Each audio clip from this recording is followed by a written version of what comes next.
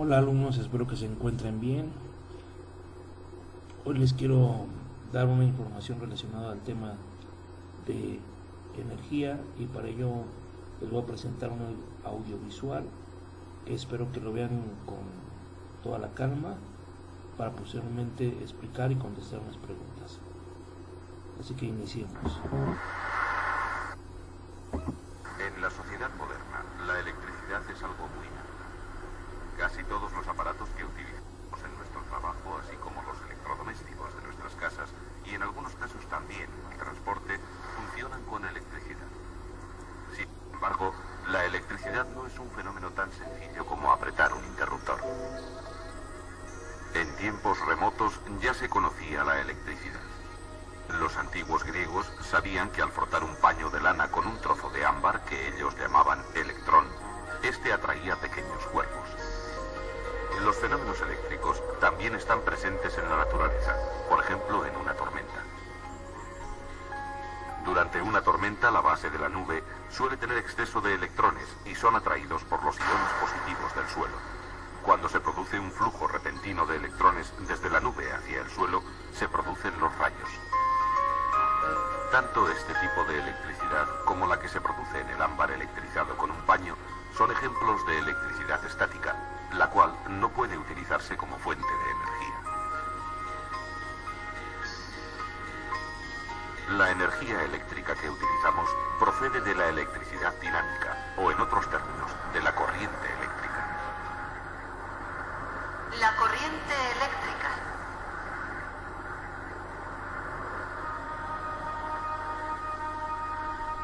Para entender en qué consiste la corriente eléctrica, antes debemos recordar que toda la materia que existe en el universo está formada por los mismos componentes básicos, es decir, átomos. El núcleo de los átomos está compuesto por protones con carga positiva y por neutrones sin carga eléctrica, es decir, el núcleo está cargado positivamente. Describiendo órbitas a su alrededor, se mueven unas partículas que apenas tienen masa, pero tienen carga negativa, son los electrones. En los metales, no todos los electrones giran fijos alrededor del núcleo. Los de las órbitas más exteriores, llamados electrones libres, están poco afectados por las fuerzas de atracción y pueden moverse libremente por el elemento, girando alrededor de cualquier núcleo que esté cerca. Cuando se consigue que todos estos electrones libres se muevan en una misma dirección y de forma ordenada, se produce una corriente eléctrica. Los elementos que permiten el movimiento de cargas eléctricas se llaman conductores. Es el caso de los metales.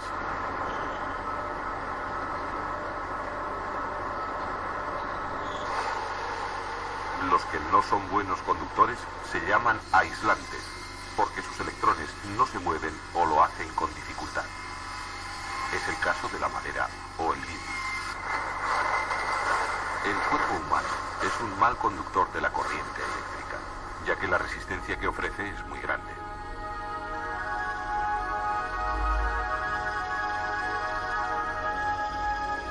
Sin embargo, los efectos de la corriente pueden ser mortales en el hombre. El fenómeno de la corriente eléctrica es muy similar al comportamiento de una corriente de agua. Supongamos que tenemos dos depósitos de agua que están comunicados por una tubería. Si los dos depósitos tienen distinto nivel de agua y abrimos la llave de paso de la tubería, se producirá una corriente de agua que tiende a nivelar los dos depósitos. Cuando ambos estén al mismo nivel, la corriente se para. De forma similar, las cargas eléctricas de un elemento conductor pasarán a otro siempre que entre ambos exista una diferencia de nivel, que en electricidad se llama diferencia de potencial o tensión. Volviendo al agua, para conseguir que en un circuito cerrado el agua circule constantemente, es necesario instalar una bomba impulsora que la mueva.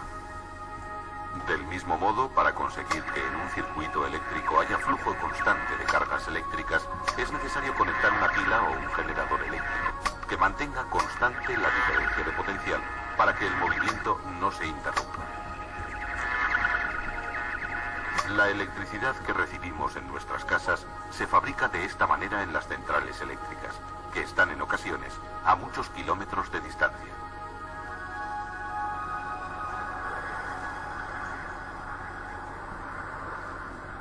Centrales eléctricas.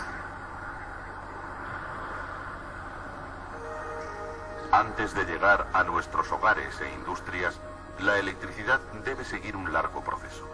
Este proceso comienza en las centrales eléctricas. Estas obtienen la energía que necesitan de muy diversas fuentes de energía. Las centrales térmicas utilizan combustibles fósiles para producir vapor de agua, con el que producen electricidad. Las centrales nucleares aprovechan la energía de la fisión nuclear para hacer lo mismo. Otro tanto ocurre en las centrales solares, que obtienen su energía directamente del sol.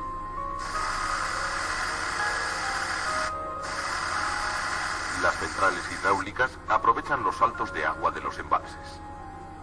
En las centrales maremotrices se utiliza el movimiento del agua del mar para producir electricidad.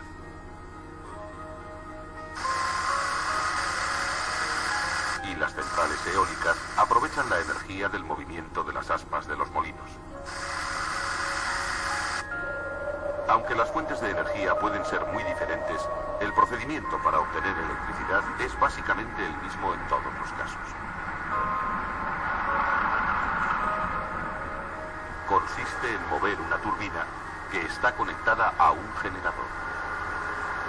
Dentro del generador, unos núcleos metálicos envueltos en hilo de cobre giran en el interior de un campo magnético, creando una diferencia de potencial que produce la corriente. La corriente eléctrica que se produce en las centrales eléctricas se dedica al consumo y tiene que viajar muchos kilómetros a través de cables de alta tensión hasta llegar a las fábricas y las ciudades.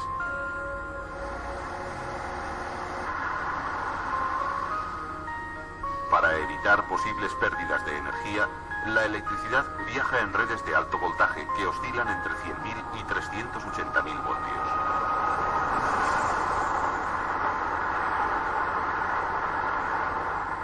En los hogares, en cambio, la electricidad se usa a 220 voltios.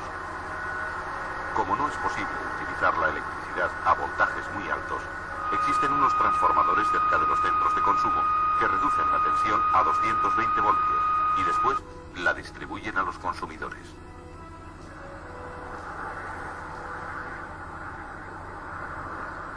Utilización de la electricidad.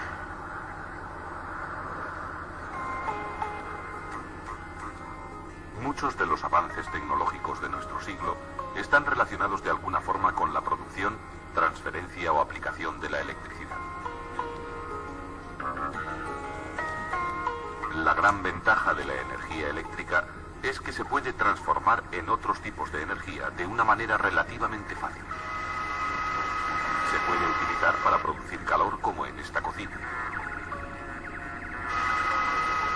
O también para obtener luz.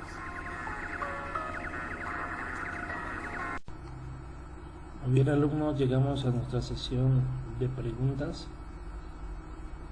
para la cual quiero que pongan mucha atención, y les recuerdo que también son temas que ya abordamos, ya sea en el programa Aprende Casa o en nuestra aula antes de la contingencia COVID-19. Iniciemos. La luz se compone de ondas electromagnéticas, bombillas, fuego. Chequen, eligen, pueden anotar en su libreta y vamos a ver si coinciden con la que estoy manejando.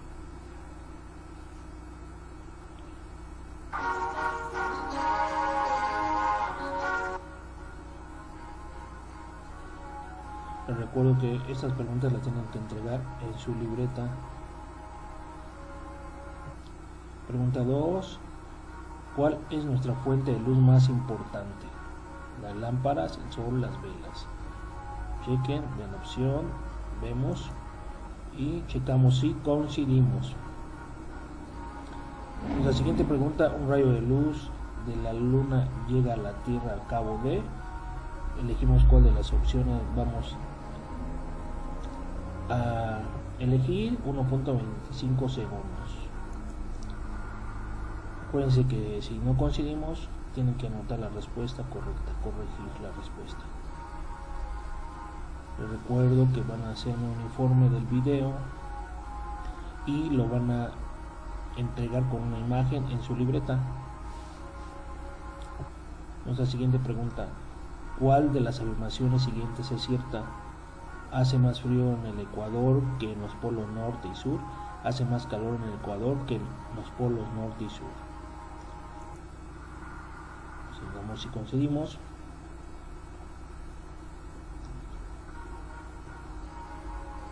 Esperemos nuestra siguiente pregunta.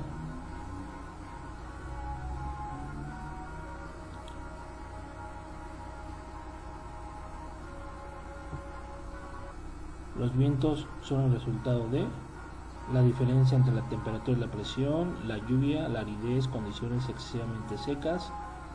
Vamos a elegir la diferencia entre la temperatura y presión. Ustedes elijan la que consideren y coincidimos.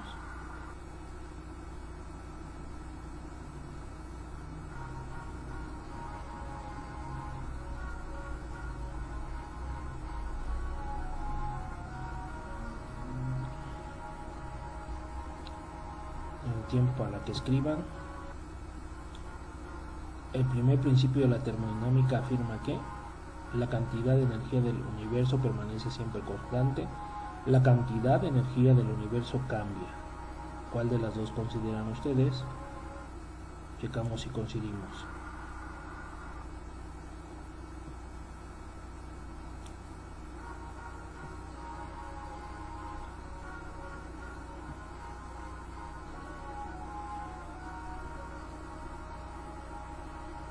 Vayamos a nuestra siguiente pregunta.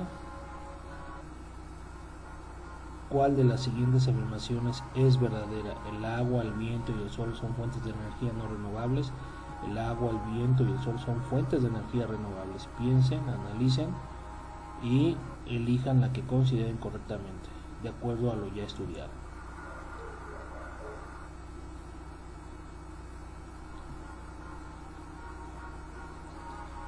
Esperemos un momento para que nos proyecte la siguiente pregunta.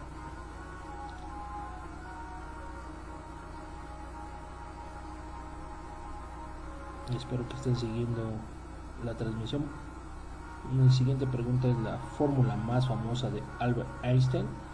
Acuérdense que es de acuerdo a la energía. Chequen cuál es la opción. Yo voy a elegir energía es igual a masa por velocidad de la luz al cuadrado.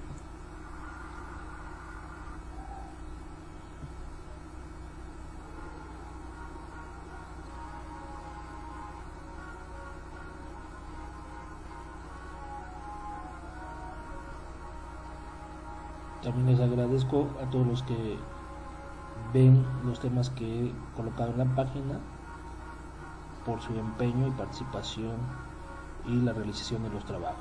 La función nuclear es la partición del átomo, la unión de átomos. La fusión nuclear es, yo voy a colocar la unión de átomos.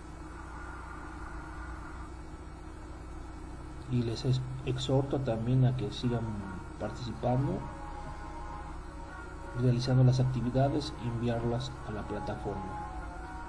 Más adelante va a haber una nueva plataforma. El punto del cero absoluto es, vamos a manejar 3 escalas. Bueno, dentro de la Celsius vamos a manejar la opción que ustedes consideren. Yo voy a colocar menos 273,15 grados Celsius.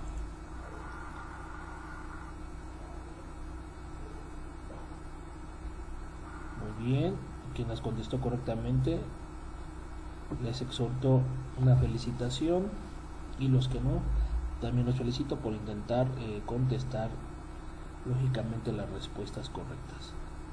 Les envío un cordial saludo, deseándoles que tengan una excelente salud, tanto ustedes como sus papás, y nos vemos hasta el próximo video, y espero que nos estemos pronto en contacto en nuestras escuelas.